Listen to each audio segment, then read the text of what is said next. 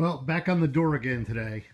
I'm down to my last few pieces of raw sheet metal. Probably have to go up to Wallingford, and Logan Steele's got the bargain barn. But there's a place in Bridgeport, which is right next door, only about 10 minutes away. Supposedly he's got a bargain barn, so I might go check that out just for the sake of checking it out. But getting back to this, Glen suggested that I make one big patch, and he's 100% right. I mean, I got a hole here, a hole here, a hole there. I should have cut from here, across here, and then back down here. So what I'm going to do is cut this off, whatever that length is. I'm going from there to as far as it'll go.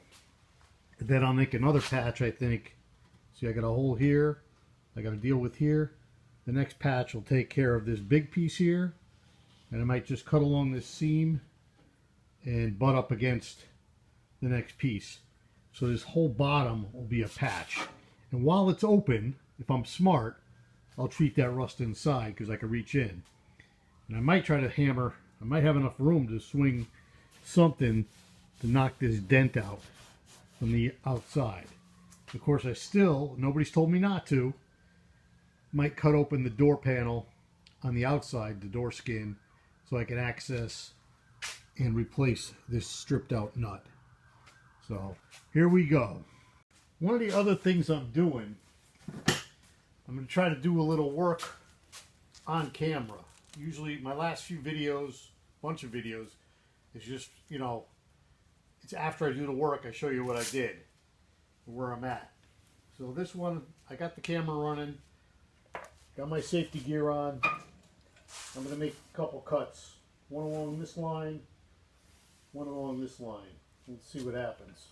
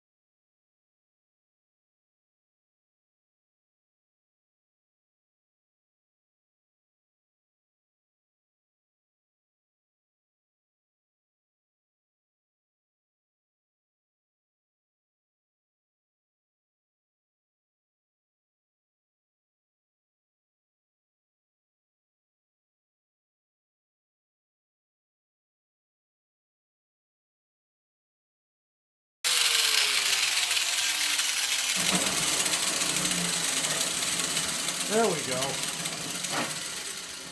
Now you can really see inside that door. I'm going to bring the camera over and let's take a look at that. I got to square this up somehow. Maybe with the Sawzall, maybe with I don't know what I'm going to use, but let me get this piece out without cutting my fingers. There we go. Alright, my hands out of there. So there's the door bottom, there's the patch. Well, I like the way that patch looks. Hope I could do as good a job the next time around. This patch is going to get a little funky. I got to take out this corner here. Here, let me show you. So you see I cut at an angle because I can't cut straight with that big blade. So I got to figure out a way to cut that. Same thing on this end. I got to continue this cut right here and come straight up. That hole is for a for the molding or something that goes down there. Yeah, the molding retainer probably. And you see I still need to cut back over here. So I'm thinking this patch will reach probably from here to in this neighborhood somewhere. And then I'll have to do a second patch from here. And I'll just cover all this with the second patch. Hopefully I have enough material left. But while I got this open, I'm going to reach in there with the brush. I say it in every video. I'm going to reach in there and try to get the Cora seal in there and just seal that rust in there. Get that taken care of. So I'm gonna polish these edges so I don't cut my hand with the grinder real quick, and I'm just gonna reach in there and do that now before I forget. So you can see I got the hole opened up a little bit. Now I got the this is Coraseal rust converting metal primer. It says.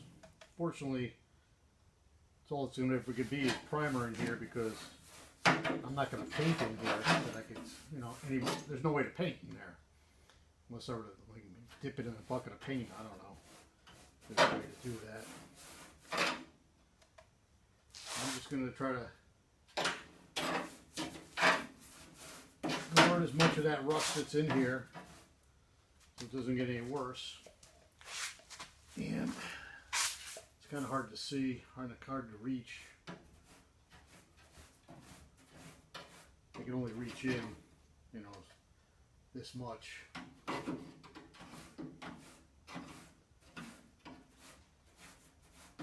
probably should flip the door over and try to do the top side or the back side of this next, but do the best I can with what I have. I keep running my hand like this, I'm probably going to cut it wide open. This is kind of sharp. Probably put my glove on. Be a lot smarter. And I was thinking, I still might do it. Putting this brush, just tape it to a stick so I can reach in further. What's supposed to happen? Well, I know what happens is this white product turns black with rust. And it's a paintable surface. I used it inside the cab of the 47 you see behind me. Worked out really well. I like this product. I don't have much left, and it's pretty expensive, so you know, another quart might be in my future. But for now, I seem to be getting most of it. Let me get my flashlight, see if I can see any better. Well, I'm doing a little, but not much, to be honest with you. There's a lot to be done in there. There's a lot in there. This is a big door. Let me just say that. And should I buy another one? You know what? I would love. I watch, who is it? Adventures Made from Scratch. He's always going to these farm auctions in Kansas and picking up like grain trucks for, I don't know, about $1,000–1,200 with a really decent cab and a running engine, most of them. That would be a good deal, but I don't see me going to Kansas in the future and, you know, buying from him. I don't know if it's really practical, because he needs to make a profit, and then now you're talking a lot of money. And me going to a farm auction, winning a farm auction, and then actually transporting a vehicle back here. Yeah, not in my future. Yeah, so now I got my hockey stick attached to this. Let me see if I can get a little further in. I'm going right up to the first reinforcement rod, I guess. Reinforcement bar. Let's see. Oh yeah, much better.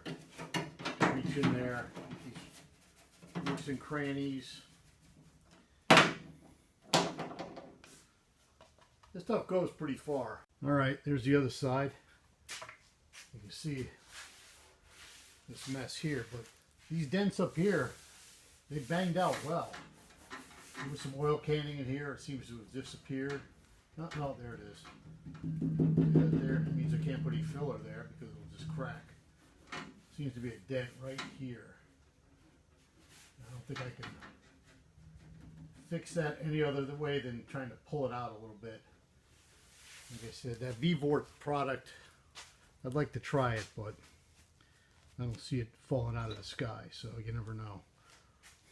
All right, back to the Coraseal. So here's a bit of a dilemma.